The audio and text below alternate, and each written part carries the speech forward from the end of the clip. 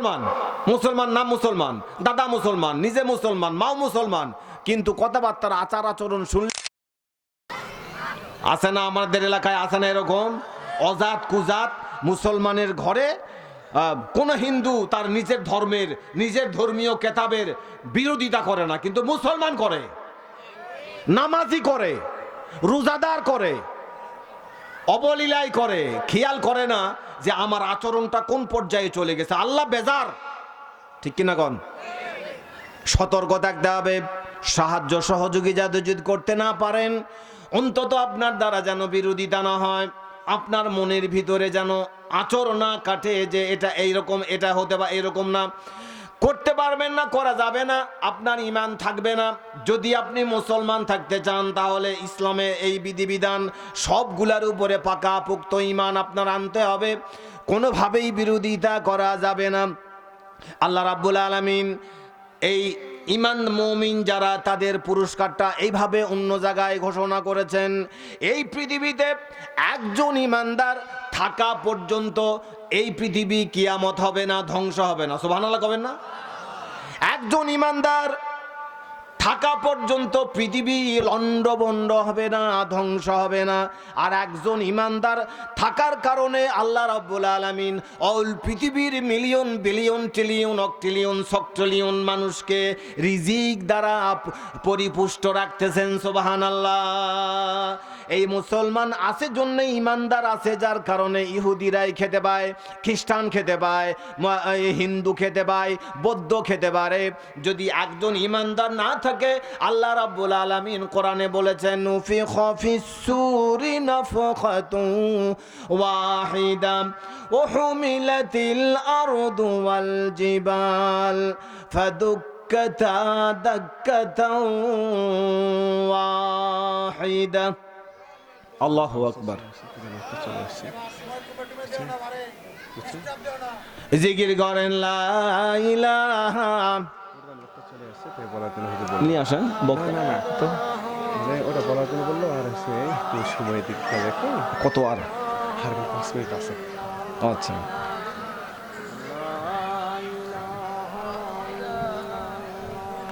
দুঃখের দিনের দরদি মোর নবী কমলিওয়ালা, নবী কমলিওয়ালা।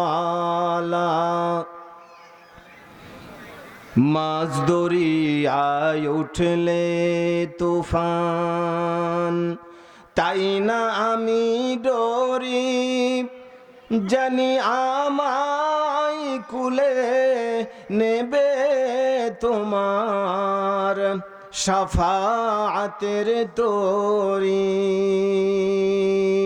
আল্লাহু আকবার। ভাইরা আমার আলোচনা মূল বিষয় না। অলিতে গলিতে বছরের পর বছর ধরে আপনাদের সামনে আমি কথা বলেছি। বাইরের মেহমানরা এসেছেন, ওনারা এলেমের বহর তাদের বড়, ওনারা জিষ্ট আলোচনাগুলো করবেন আপনাদের সামনে, হৃদয়গ্রাহী, খুবই মনোমুগ্ধকর, খুবই চিত্তাকর্ষক এবং আপনাদের কাছে গ্রহণযোগ্য হবে। সেই আলোচনাগুলো নিয়ে ওনারা স্টেজে হাজির হবেন। আমরা বাইরে থেকে কোনো কথা বলবো না। রাজি আছি না ভাই? ভাইয়েরা আমার, আল্লাহ রাব্বুল আলামিন কোরআনে কারিমে ঈমানদারদের প্রশংসা করেছেন। কাদ আফলাহাল মুমিনুন। এ সফলতা আর এক ভাবে বলা যায়, এই সফলতা দুনিয়ার সফলতা নয়, তবে এই সফলতা দুনিয়াতেও আল্লাহ তাআলা কিছু দিবেন ঈমানদারদের কারণে।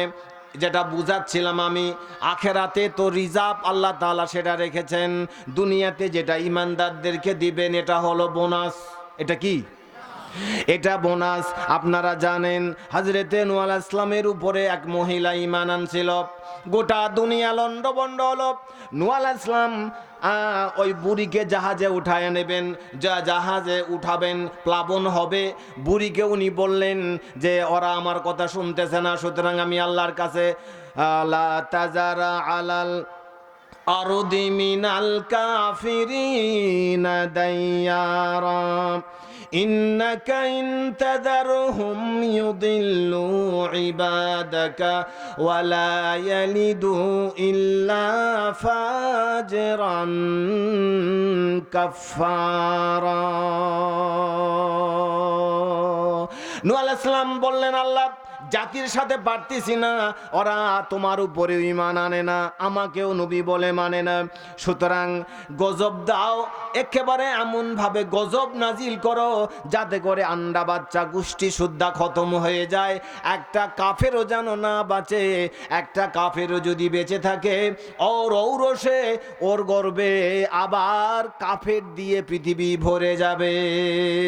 আল্লাহ তাআলা জানায় দিলেন, নূহ তোমার দোয়া কবুল করলাম, তবে তুমি জাহাজ বানাও, মানুষদেরকে প্লাবনের কথা বলো, সাইক্লোন টর্নেডোর কথা বলো, আর দাওয়াত দিতেই থাকো, তোমার দাওয়াত বন্ধ করো না। সুবহানাল্লাহ কবেন না?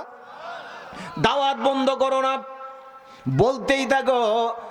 তোমার বলার কারণে একজন দুইজন মানুষও যদি আমার উপরে ঈমান আনে, আমি আল্লাহ রাব্বুল আলামিন তাদের জিন্দেগির সব গুনাহ মাফ করে দেব।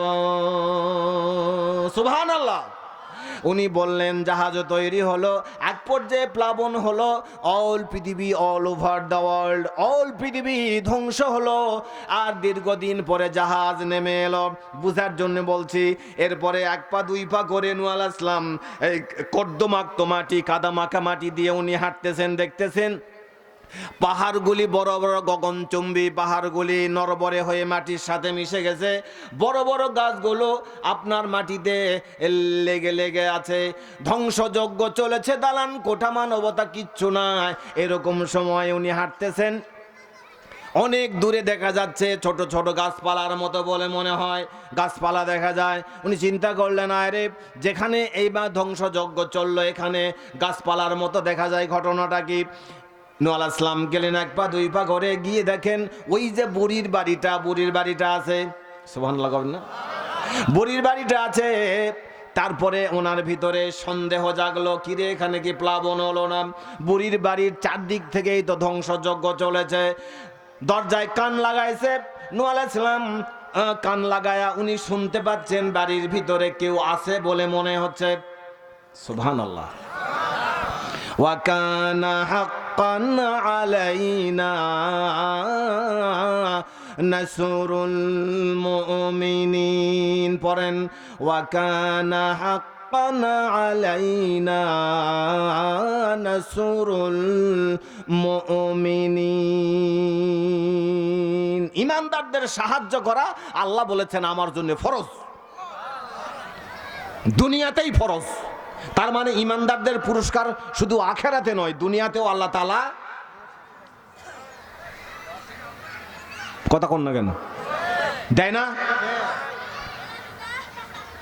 নূহ আলাইহিস সালাম ডাক দিছে, বাড়ির ভিতরে কে?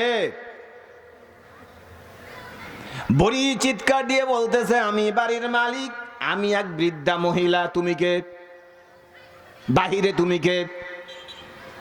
আল্লাহর পয়গম্বর নূহ আলাইহিস সালাম বলেন, আমি এ জামানার পয়গম্বর, আমার নাম হযরতে নূহ আলাইহিস সালাম। বুড়ি ভিতর থেকে বলতেছে, আমারও তাই মনে হয়, তুমি আমাকে জাহাজে উঠায় নেবে, প্লাবনের কথা তুমি বলেছিলে, জাহাজ বানাচ্ছ তাও বলে গেছো, আমার মনে হয় প্লাবন কোন দিন হবে এই খবর দেওয়ার জন্য তুমি আমার বাড়িতে এসেছো। নূহ আলাইহিস সালাম মাথাটা খাড়া রাখতে পারেননি, সেজদায় পড়ে আল্লাহকে বলতেছে, আল্লাহ এই দালান কোটা মানবতা সব শেষ হলো, মানবতা ধ্বংস হলো, এই প্লাবনের ভিতরে, ধ্বংসযজ্ঞের ভিতরে, এই ঝুপড়ির ভিতরে, ভাঙ্গা ঘরের ভিতরে, মাটির কুঠিরের ভিতরে মানুষ কেমনে বেঁচে থাকলো, এই বোধ আমার বিবেকে ঢুকতেছে না। আল্লাহ রাব্বুল আলামিন ওহী পাঠায়া নূহ আলাইহিস সালামকে জানায় দিলেন, নূহ রে, সামান্য বিপদের ভিতরে পড়ে, আপনার তুফান আর সাইক্লোন টর্নেডোর ভিতরে পড়ে তুমি তোমার উম্মতকে ভুলে যেতে পারো, এই মহাবিশ্বের স্রষ্টা আমি আল্লাহ রাব্বুল আলামিন আমার ওই বিদ্যা বান্দিকে ভুলে যেতে পারি না। ঈমানের পুরস্কার শুধু কি আখিরাতে না দুনিয়াতেও? জোরে কোন কোথায়? এই সাহায্য আসবে, মাঝে মাঝে দেরি হয়, ঠিক না? মাঝে মাঝে দেরি হয়, মনে হয় যে শেষ হয়ে যাব, আসলে না, শেষ করা যাবে না। করতে পারেনি কেউ, নমরুদ পারেনি, ফেরাউন পারেনি, আল্লাহ নবী মুহাম্মদ রাসূলুল্লাহ সাল্লাল্লাহু আলাইহি ওয়াসাল্লামকে পারেনি। আমাদের পয়গম্বর হযরতে মুহাম্মদ রাসূলুল্লাহ সাল্লাল্লাহু আলাইহি ওয়াসাল্লাম আবু বকর রাদিয়াল্লাহু তাআলা আনহুকে সঙ্গে নিয়ে উনি হিজরত করতেছিলেন। সুবহানাল্লাহ কোন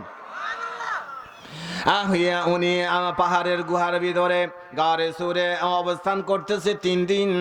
আর আব্দুল্লাহ ইবনে উরাইকেত এবং আমর ইবনে ফুহায়রা একজন পথ প্রদর্শক, আর আবু বকরের চাকরের দায়িত্ব ছিল উটের দুধ দহন করে ওই রাত্রেবেলা সন্ধ্যাবেলা পাহাড়ের গুহার ভিতরে পরিবেশন করা, যেন কাফেরেরা বুঝতে না পারে। সুবহানাল্লাহ কোন ভাইরা আমার, এখানে আর সুরাকা বিন মালিক খুঁজতে খুঁজতে পদচিহ্ন বিশারদ তাফসিরে কি বলে সেরাতে ইবনে ইসহাক লিখেছে, মালিক ওই সুরাকা বিন মালিক পৃথিবীর পদচিহ্ন বিশারদ শ্রেষ্ঠ লুভী মানুষ। পৃথিবীর সব থেকে লুভী কে কোন দেখি? মনে রাখবেন, সুরাকা বিন মালিক।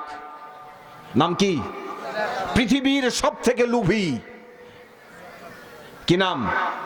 সুরাকা বিন মালিক। খুঁজতে খুঁজতে আবু জেহেল ঘোষণা দিচ্ছে 100 উট পুরস্কার দেবে যদি মোহাম্মদকে জীবিত অথবা মৃত ধরে দিতে পারে। নাউজুবিল্লাহ কোন। একটা সময় আমাদের দেশে গেছে, মুহাম্মদ সাল্লাল্লাহু আলাইহি ওয়াসাল্লামকে চরিত্রহীন বলছে। কথা কোন শোনেননি? বলার কেউ ছিল না।